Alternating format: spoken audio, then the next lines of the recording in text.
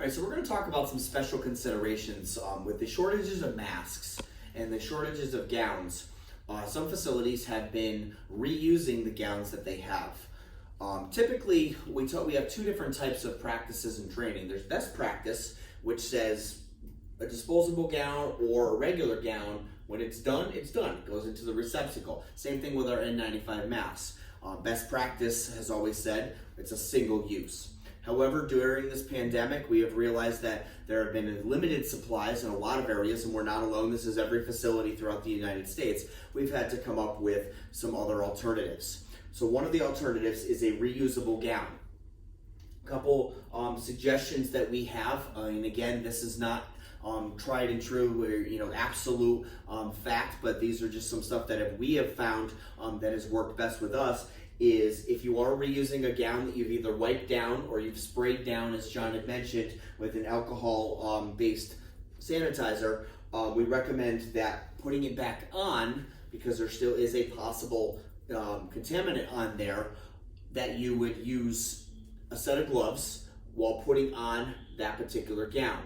And once that gown is on, you would then take that set of gloves off and put your double gloves back on. So we're also going to talk about the N95 mask, and again, as I talked about previously, about repurposing them due to supply.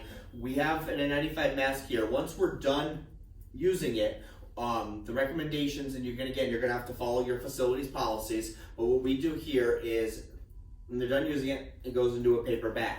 To reuse it, we would put a set of gloves on, we would put the mask on, and then take those gloves off and finish donning our equipment. If you're going to be sending these out for any type of reprocessing or sterilization, there's a couple different methods that have been approved out there. What we recommend is you're storing it in a paper bag, not a plastic bag. Plastic bag tends to hold that moisture in, versus the paper bag allows more of that moisture not to be concentrated on the mask. And what we do here at the hospital is we have the N95s into a brown paper bag, and when they go to be reprocessed by UV light, then they comes back in a white paper bag, and we have people writing their names on it. Now, what we have found is some of these masks, if you write in black Sharpie the name, we found that sometimes that black Sharpie actually bleeds onto the face. So what we've told people is, if you can take like a patient label or something and attach it to the band, and fold it over with your name on it, so that we know it's yours. It is not our recommendation for or supporting using the same gown or mask for anybody else. Should be individualized. So if you have limited amount of gowns, each person should be issued a gown, and those gowns be reprocessed only for that person. Would be our recommendation. Again, I encourage you to follow up with the Center for Disease Control at the CDC website and or OSHA at osha.gov for any further information. This opportunity and allowing us to help you with our training videos. We are not professionals, but we are trying to get the best information out there as best we can to help everybody, because we're all in this together.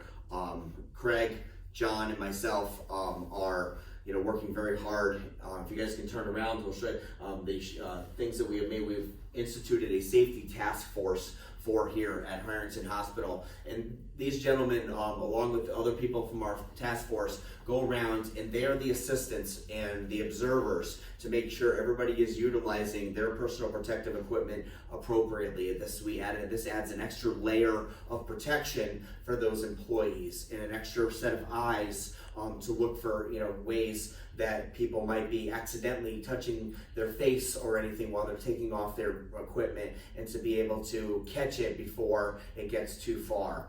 All this is in the name of safety, and to be able to provide our staff here with the best protection and knowledge as possible. And if you guys have employees that might be able to do similar positions, whatever facility you're at, I would highly encourage you to have some people assigned as a safety officer per se, to watch out and to add that extra layer of security for your people. So again, my name is Jason Osborne, Emergency Management Director for Harrington Hospital, and I thank you for your time.